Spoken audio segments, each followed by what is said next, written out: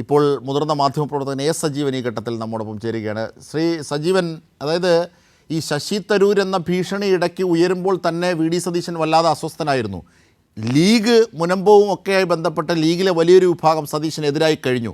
കൂടാതെ ഇതാ NSS എതിരാകുന്നു, SNDP എതിരാകുന്നു. സതീശൻ്റെ അവസ്ഥ എങ്ങനെയാകും കോൺഗ്രസിൽ? ഒരു നിരീക്ഷണ സാധ്യത. വി ഡി സതീശന് ഒരു ഭാഗത്തു നിന്നല്ല പല ഭാഗത്തുനിന്നായിട്ടുള്ള ആക്രമണങ്ങളാണ് ഇപ്പോൾ ഉണ്ടായിക്കൊണ്ടിരിക്കുന്നത്. സ്വാഭാവികമായിട്ട് അദ്ദേഹം എളുപ്പത്തിൽ കിട്ടുമെന്ന് വിചാരിച്ച മുഖ്യമന്ത്രി പദം അതാണല്ലോ അദ്ദേഹത്തിന്റെ ആത്യന്തികമായിട്ട് ലക്ഷ്യം. അത് പ്രതിപക്ഷ നേതാവിന്റെ ഘട്ടത്തിൽ എത്തി. അങ്ങോട്ടേക്ക് പ്രതിപക്ഷ നേതാവായിട്ട് അടുത്ത തവണയും ഉണ്ടാവുമോ ഇല്ലയോ എന്നുള്ള പോലും അറിയില്ല. എന്തായാലും അതിനായി പല വിധത്തിലുള്ള അവിശുദ്ധ ഡീല് വരെ സൃഷ്ടിച്ചു സതീശൻ. പക്ഷെ എന്നിട്ട് തിരിച്ചടിയാണ് അദ്ദേഹം ആദ്യം വെട്ടിയത്. കാരണം ആ സ്ഥാനത്തേക്ക് ഉണ്ടാകുമെന്ന് മുഖ്യമന്ത്രി പദത്തിലേക്ക് തനിക്ക് ഏറ്റവും വലിയ വെല്ലുവിളിയാകും എന്ന് അദ്ദേഹം പേടിച്ചിരുന്നത് രമേശ് ചെന്നിത്തലയായിരുന്നു. രമേശ് ചെന്നിത്തലയെ വളരെ കൃത്യമായിട്ട് വെട്ടിയിട്ടാണ് അദ്ദേഹം പ്രതിപക്ഷ നേതാവായിട്ട് വരുന്നത്.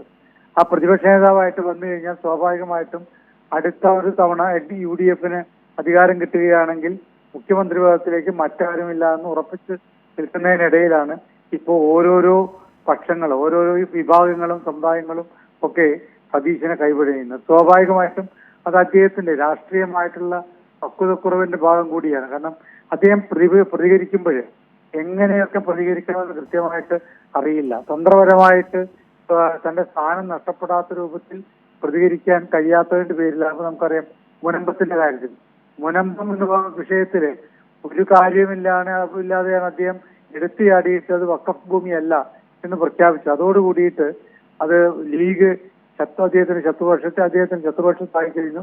അദ്ദേഹത്തിനെ പൂർണ്ണമായിട്ടും നിരാകരിക്കുന്ന അവസ്ഥയിലേക്ക് വന്നു. ഇപ്പൊ നമുക്കറിയാവുന്ന പോലെ NSS നേരത്തെ തന്നെ അദ്ദേഹത്തിന് ഇഷ്ടമല്ല. അപ്പൊ സ്വാഭാവികമായിട്ടും അദ്ദേഹത്തിന്റെ അവരുടെ പരിപാടി മന്നം ജയന്തിയുടെ ഭാഗമായിട്ടുള്ള പരിപാടിയിലെ മുഖ്യ പ്രഭാഷകനാക്കി വെച്ചിരിക്കുന്നു. എന്ന് വെച്ചാൽ അവർക്ക് ഏറ്റവും താല്പര്യമുള്ളത് രമേശ് ചെന്നിത്തലയാണ്, ഈ വി ഡി സതീശനല്ല എന്ന് പറഞ്ഞിരിക്കും.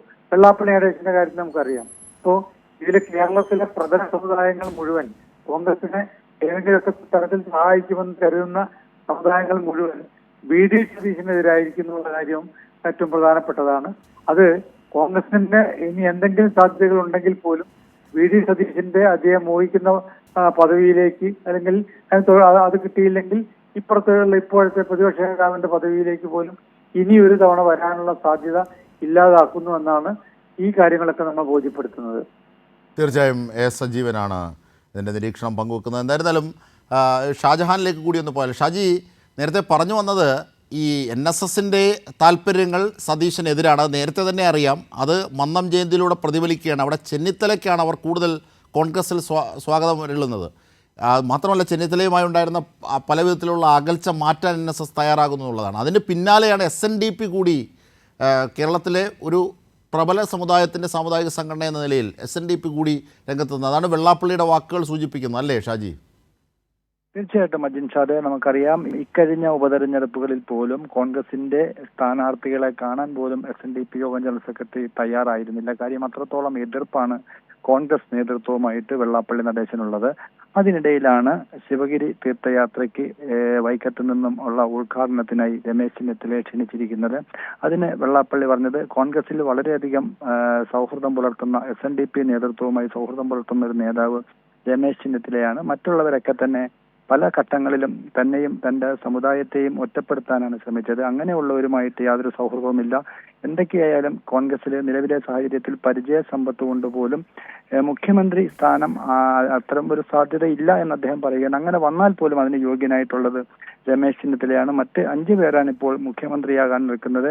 KC വേണുഗോപാലും അതോടൊപ്പം തന്നെ V D Satheesan, K Muraleedharan അടക്കമുള്ള നേതാക്കളുടെ പേര് എണ്ണി പറഞ്ഞാണ് വെള്ളാപ്പള്ളി നടേശൻ ഇക്കാര്യം വ്യക്തമാക്കിയത്. KC വേണുഗോപാൽ SNDP നേതൃത്വവുമായിട്ടുള്ള പ്രശ്നങ്ങൾ നിലനിൽക്കുമ്പോഴും അത് പരിഹരിക്കാൻ അവസരമുണ്ടായിട്ട് കൂടി അത് പരിഹരിക്കാൻ തയ്യാറാകാതെ കലക്കവെള്ളത്തിൽ മീൻ പിടിക്കാനാണ് KC വേണുഗോപാൽ ശ്രമിച്ചത്. ഇങ്ങനെ ഓരോ നേതാക്കളെയും പേരെടുത്ത് പറഞ്ഞ് കുറ്റപ്പെടുത്തുകയായിരുന്നു. അതോടൊപ്പം തന്നെ വെറുപ്പ് സമ്പാദിക്കുന്നവനാണ് വി ഡി സതീശൻ. കാര്യം വാക്കുകൾ പലർക്ക് നേരെ അതാണ് ശരിയാണ്. കാരണം ഈ വി ഡി സതീശൻ്റെ ധാർഷ്ട്യമുണ്ട്, ഞാൻ പോരുമയുണ്ട്, ഞാൻ എന്ന പാട്ട് പോലും കെ മുരളീധരൻ അന്ന് ഇട്ടത് വലിയ ചർച്ചയായിരുന്നതാണ്. എന്തായാലും കോൺഗ്രസ് ഉള്ളിൽ തന്നെയുള്ള വാദങ്ങൾ സാമുദായിക സംഘടനകൾ കൂടി സതീശൻ്റെ കാര്യത്തിൽ ഏറ്റെടുക്കുന്നു എന്നുള്ളതാണ്. ചെന്നിത്തലയെ സ്വീകരിക്കുന്നു എന്നതിനേക്കാൾ കൂടുതൽ സതീശനെ തള്ളുന്നു എന്നുള്ളതാണ് അതിൽ ഏറ്റവും വലിയ പ്രത്യേകതയായി രാഷ്ട്രീയ കേരളവും കാണുന്നത്. അതിൻ്റെ നിരീക്ഷണങ്ങളൊക്കെയാണ് എ സജീവൻ മുതിർന്ന മാധ്യമപ്രവർത്തകനും പങ്കുവച്ചത്.